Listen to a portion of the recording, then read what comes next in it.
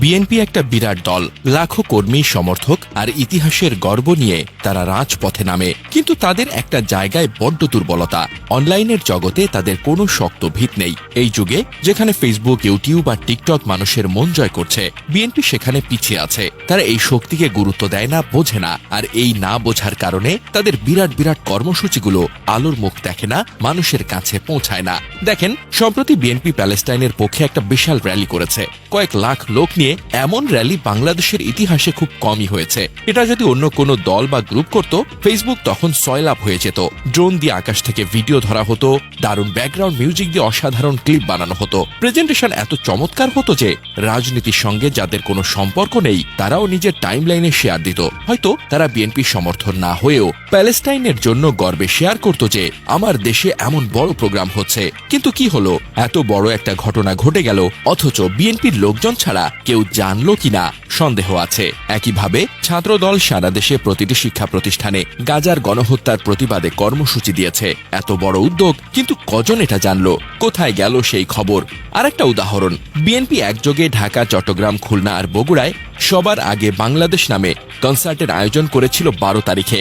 সব প্রস্তুতি শেষ, লাখ লাখ টাকা খরচ, কিন্তু মার্চ ফর গাজার জন্য তারা সেটা স্থগিত করলো। ভাবুন তো, এত বড় ত্যাগ, এত টাকা জলে গেল, অথচ কেউ এটার মূল্য বুঝলো না। কারণ অনলাইনে এগুলো হাইলাইট করার কোনো চেষ্টাই তারা করলো না। এসব কর্মসূচি করতে কোটি কোটি টাকা লাগে, লাখো কর্মী শ্রম, দিনের পর দিন পরিশ্রম, ত্যাগ সবই লাগে। কিন্তু এগুলো জনগণের কাছে পৌঁছাতে পারে না। অথচ এটা করা এত কঠিন না। 8 থেকে 10টা ফেসবুক সেলিব্রিটি বা কন্টেন্ট ক্রিয়েটরকে একটা করে পোস্ট করলেই যথেষ্ট, আর কিচ্ছুই লাগে না। একটা ভালো ড্রোন ভিডিও, একটা জোরালো ক্যাপশন আর একটু স্মার্ট প্রেজেন্টেশন, ব্যাস পুরো দেশের মানুষের কাছে পৌঁছে যেত।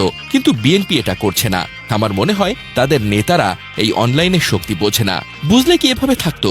আজকের দিনে ফেসবুক, ইউটিউব আর টুইটারই মানুষের মন জয় করার সবচেয়ে বড় হাতিয়ার। একটা উদাহরণ দেই, 2023 সালে বাংলাদেশে ফেসবুক ব্যবহারকারীর সংখ্যা ছিল 4 কোটির বেশি। এই 4 কোটি মানুষের কাছে যদি একটা ভিডিও পৌঁছে যায়, তাহলে কি ইম্প্যাক্ট হবে ভাবুন। অন্য দেশের রাজনৈতিক দলগুলো এই শক্তি ব্যবহার করে লাখো মানুষের সমর্থন পাচ্ছে, কিন্তু বিএনপি তারা লাখ লাখ লোক নিয়ে রাস্তায় নামে, দিনভর প্রোগ্রাম করে, তারপর সন্ধ্যায় বাসায় ফিরে শোনে বিএনপির মিছিলের জন্য রাস্তায় জ্যাম ছিল।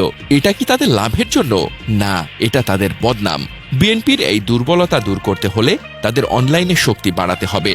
একটা ডেডিকেটেড টিম লাগবে যারা শুধু সোশ্যাল মিডিয়া ম্যানেজ করবে।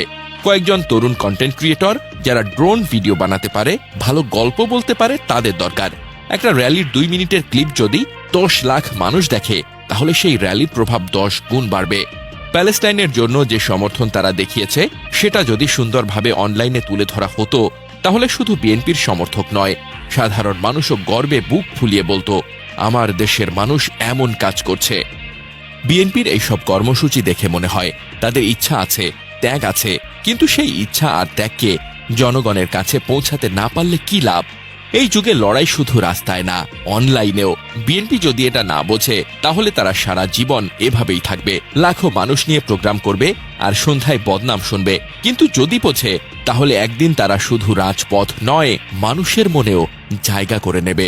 সময় এখনো আছে, শুধু দরকার একটু স্মার্টনেস আর অনলাইনের শক্তিকে কাজে লাগানো।